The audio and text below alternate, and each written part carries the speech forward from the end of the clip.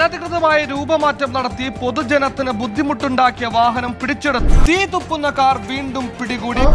പാലം കടക്കാൻ നാരായണ, പാലം മോഡിഫൈഡ് വണ്ടികളോടും ഓഫ് റോഡ് വണ്ടികളോടും MVDക്കുള്ള ഇത്തരത്തിലെ സമീപനം ശരിയല്ല എന്ന അഭിപ്രായം നിലനിൽക്കെ ഒരു സംശയം ചോദിക്കട്ടെ. മോഡിഫൈഡ് വാഹനങ്ങളെ പെറ്റിയടിച്ച് മാത്രം വരുമാനം കണ്ടെത്താതെ ഗവൺമെന്റ് അംഗീകൃത മോഡിഫിക്കേഷൻ പാർട്സ് വിപണിയിൽ ഇറക്കുകയും അത് വാഹനത്തിൽ ഫിക്സ് ചെയ്യുവാനുള്ള അനുമതി നൽകിയിട്ട് സർട്ടിഫൈഡ് അല്ലാത്ത മോഡിഫിക്കേഷൻ ചെയ്യുന്നവരെ പെറ്റിയടിച്ചാൽ വിൽക്കുന്ന പാർട്സിൽ നിന്നും പെറ്റിയിൽ നിന്നും കിട്ടുന്ന പണം കൊണ്ട് വരുമാനം ഇരട്ടിപ്പിച്ചൂടെ? എന്നിരുന്നാലും ഇത്രയൊക്കെ അവഗണനകൾ ഉണ്ടായിട്ടും നമുക്കൊരു പ്രശ്നം വന്നപ്പോൾ അതൊന്നും മനസ്സിൽ വെക്കാതെ ഓടിയെത്തിയ ഓഫ് റോഡേഴ്സിന് ബിഗ് സല്യൂട്ട്.